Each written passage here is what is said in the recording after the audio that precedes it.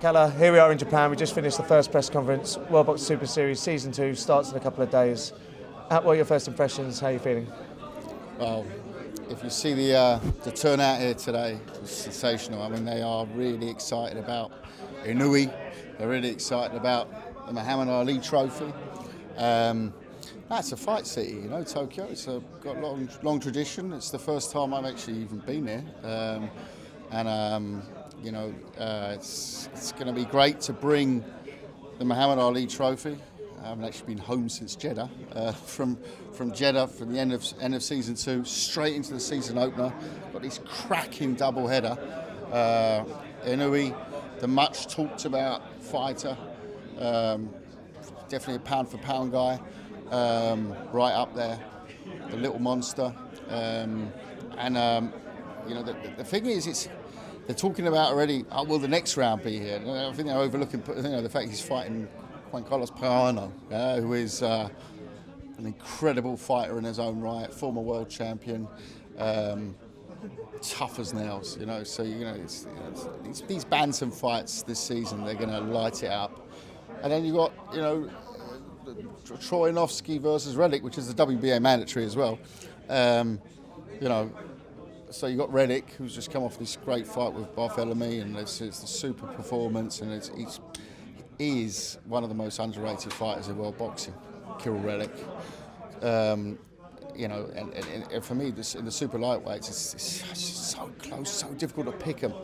But he's fighting a guy where people are saying, this is the massive underdog. But he's got an 86% knockout ratio, former champion, you can't ask for more, So to turn up here with a jet lag this morning and do the press conference, it's great. It makes your job fun because you're just surrounded by this amazing talent, true gladiators, guys who were not afraid. Inoue said after the McDonald fight, he said in the ring, I'm going into the World Boxing Super Series.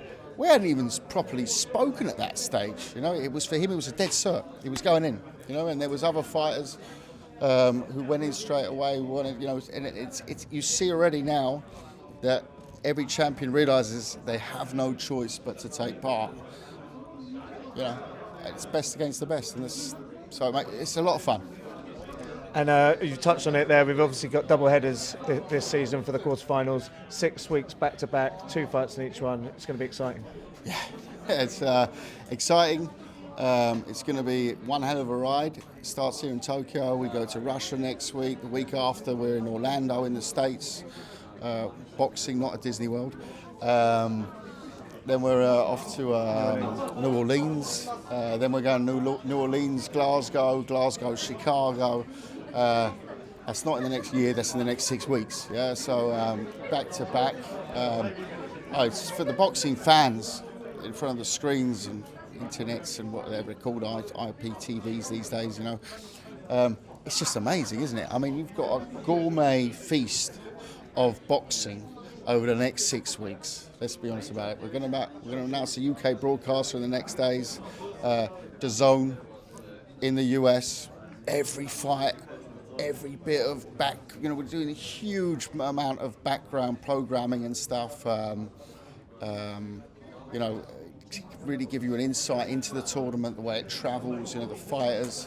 It all started at that gala in Moscow, of course. Before the final of season 1 in cruiserweight, so it's all developing nicely into the storyline that we always thought it would be. You saw it in season 1, and we're not going to let go. We're going straight into season 2. You touched on it there, UK broadcaster. Can you shed any more light on that for us? Very close. It's not something that I'm directly involved in. It's the commercial division who takes care of that. So thank you for all those on Twitter asking. Updates. I'm asking for updates myself. It's quite a complicated situation. I believe there's 2 or 3 interested parties in the running, and I'm hoping it's done before Sunday night. If it's not, it will be done. I'm hoping during the course of next week we'll have an announcement. So and then of course we'll show the fight from the weekend again. I think if we don't have it done by the weekend, we'll go out with a stream, so no one will not see the fight. We've never done that. Don't accuse me of that. It will be out there for you to see in live and living colour on Sunday. Because don't forget, it's not. I'm getting a bit of a boxing jet lag. Last week we were Friday in Jeddah. This weekend we're Sunday from Yokohama, Tokyo, from Japan. It's and then we're back to Saturday nights again. But it's this Sunday, which is Sunday morning, UK, of course. I believe it's about 10:30 in the morning. So when you're having your bacon and eggs, getting over your Saturday night, that's nice to tune into something like this. A light double header of absolute creme de la creme boxing. And obviously 3 divisions this season. It's like you said, it's a feast for the fans. Which division are you most looking forward to? It's a tough one, I've always been a fan of the cruiserweights. We saw this season, and I would argue even that the depth and talent in season 2 at the cruiserweights is stronger. We had 1 or 2 names. We had a couple of we had a mandatory in there that maybe wouldn't have gone in last season. We overlooked a couple of people who were in this season. Glavatsky, for example. We didn't overlook him, but we put him in as a reserve last season. That's a bloody good reserve, Glavatsky, former WBO champ. Just go take a look back at the Marco Huck fight, for example. So I think the cruiserweights, we know what they can do, and I think that's a great one. But also, these lighter weights. I've never really worked with lighter weights so much, so I'm really excited to see Sunday, the first time we see this double header, a bantamweight and a super lightweight, both world title fights, of course. But there's lots of names, Progress in the States, Josh Taylor in Scotland, Burnett, there's a huge amount of spread in this sort of Inui. So you've got these real all. When they clash with each other, you're going to get, from the first round on. And I think that's maybe a little bit the difference this year. I think the quarterfinals are going to be even stronger. Last season there was a couple of quarterfinals that went quite early. Just thinking Eubank Yildirim, for example, Groves Cox. They were relatively early fights. I don't think we're going to see many early fights in this year. I can't see it. At least in boxing you never know. I don't think many people said Inui would stop McDonnell in the round. It's frightening, Frightening. But Payano he's sitting next to me today. So cool. He's made weight. He's sitting there sipping on water the whole time, looking. I saw him eating before. He's like. Of course he eats before, but the way he was eating, it was very clear he was not trouble in the world with his weight. Those are signs you want to be seeing before a good fight at a bantamweight. So lots to look forward to. Very, very exciting times. And season 1, don't get me wrong, they were stars in their own right, Usyk and Callum Smith, but I think the World Boxing Super Series really propelled them into the more casual fans' consciousness. And I think, do you believe this season we can do the same for the 3 weights we've got? Yeah, Usyk is boxing a pay-per-view now in the United Kingdom. Like I said at the press conference, I don't think many UK fans could have spelt Usyk last year.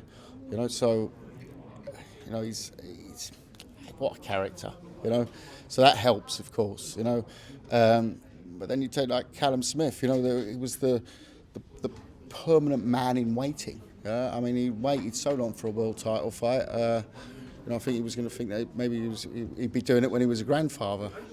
So I think if you look at his performance last weekend, that's just propelled him on the biggest stage possible. I saw him arriving there with his mum and all that. Amazing scenes, with a trophy coming back, and that's what the tournament's out there to do. It just clarifies what's happening in that division. Callum Smith is now the number 1 super middleweight.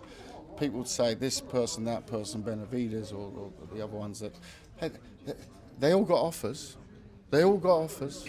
Multi-million-dollar offers in that case. They didn't step up. Callum Smith was in there. He knew it was his chance. He went up and he took that chance. George was very much the champion of the division. I don't think anyone will argue with that. And he stopped him in the 7th round. So it just clarifies boxing up a bit. It just gives you that sort of Champions League winner.